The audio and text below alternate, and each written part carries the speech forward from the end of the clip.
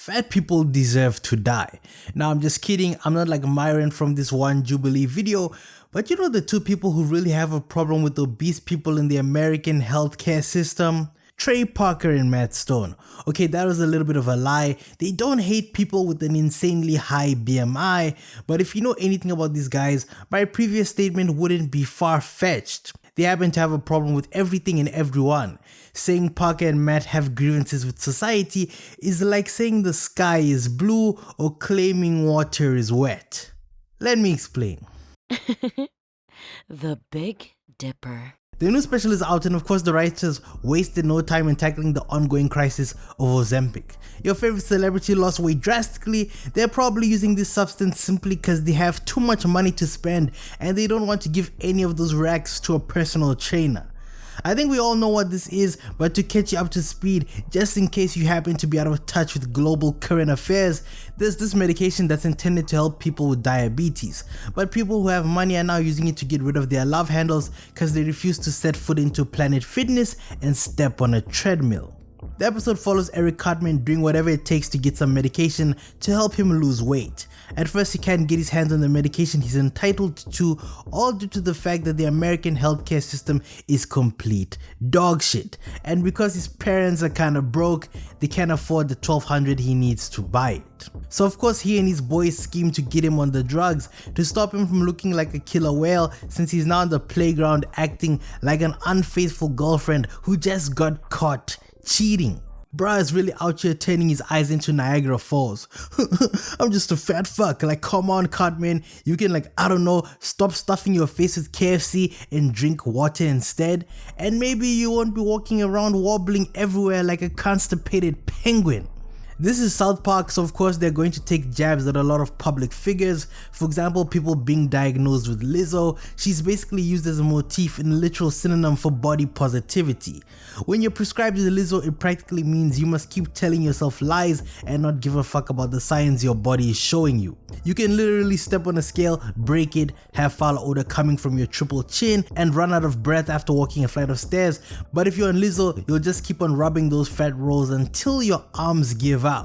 The reason they used her as the face of body positivity is because she had that viral video where she's rubbing herself like an adult actress whose target audience is gooners in their mom's basement with a fat fetish. Lizzo believes her body is perfectly normal in the state it's in, even though anyone with a brain cell can tell you that it's become the norm for most people in several states to look like her, and it's utterly depressing. People need to stop making love to Burger King and maybe fall in love with some lettuce. Like, if she keeps on packing more size, she'll end up having the same fate as some people from My 600-Pound Life. South Park specials always make sure to up their narratives and biases regarding social commentary. I like how the moms in this episode are basically all peer pressuring each other into losing weight, but they don't actually want to track calories or anything, they just want to inject themselves with this medication. It's pretty interesting that this actually happens to be the case with middle class moms in America with no hobbies. Leeching onto the latest fad is their hobby. Like, if one has a kid who attends soccer practice, all the other moms will rally together and be the soccer moms. If there's a new Harry Potter novel flying off the shelves, trust me, there will be a group of moms hosting book club events, sitting around discussing why Voldemort having an ugly face inspired Gen Z women to label men who aren't on the cover of Vogue to be deemed as medium ugly. Randy is pretty much us throughout the entire episode. Like, the dude just wants to be surrounded by MILFs, can't blame the guy. His wife is nowhere as hot as these ladies with bodies straight out of Baywatch. Unfortunately for Randy, they only want him around if he's going to supply them drugs. That's a really bizarre sentence that I thought I would never have to say. Yeah, I'm aware that I'm covering South Park, but still. Randy's always getting himself in odd situations. Every time I see this guy, I think of the one episode where he was defecating non-stop. Anyways, so the minute he enters the room, they're disgusted by the fact that he's got a little gut. But the minute he says he has the good stuff, they're willing to turn the other cheek and suck him off. It just goes to show how much people in today's society really seem to care about body image. Also, how everyone kinda only tolerates your nonsense if you can give them what they want. I'm sure they were going to kick Randy to the curb and leave him out in the cold like one of P. Diddy's hoes after a night of non-stop golden showers. Throughout the 50-minute runtime, Eric Cartman is depressed. Now that's nothing new, he's always whining and moaning. That's his character. But this time he's sad all because he wants to have Bella Hadid's waist just so he can diss other people and they can't fat shame him. As in, he's fantasizing about insulting the women of Pakistan and everyone around him. And he thinks he can get away with it if his waist is 24 inches. It's interesting how the main antagonist happens to be sugar. Sugar is in everything. Your McDonald's burger, your ketchup, your honey pack that apparently is the new Viagra. Sugar is everywhere. I don't want to be that tinfoil conspiracy guy, but you know how they always say that Big Pharma is scamming everyone and that they're in cahoots with fast food joints and food in general, allegedly putting certain chemicals in food to make people addicts. But that's just a conspiracy. It's not like any conspiracies in the last 50 years turned out to be true. Anyways, moving on. After watching this episode, I was like, maybe they're onto something. Like head honchos from these corporations are just sitting in the dark thinking of a way to prevent Eric and the boys from making cheap and affordable healthcare. Cause if they do, these CEO companies are going to go bankrupt, and of course a lack of income to these CEOs is basically the equivalent to an African villager with no water or food. To them it's a warning sign that poverty is rapidly approaching.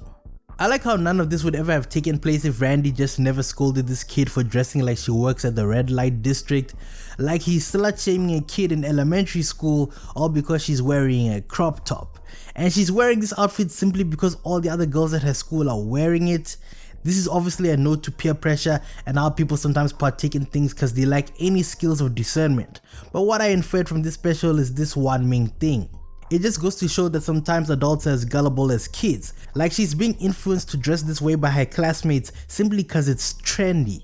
Remember when kids were flexing on each other at school by bringing bigger and shinier fidget spinners? So we're seeing from Randy's perspective how brain dead adults can be.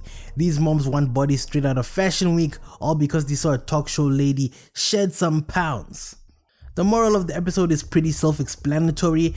People shouldn't be absolute pricks about other people's bodies, cause if they are, then that means Big Pharma is going to keep making fat stacks in the long run.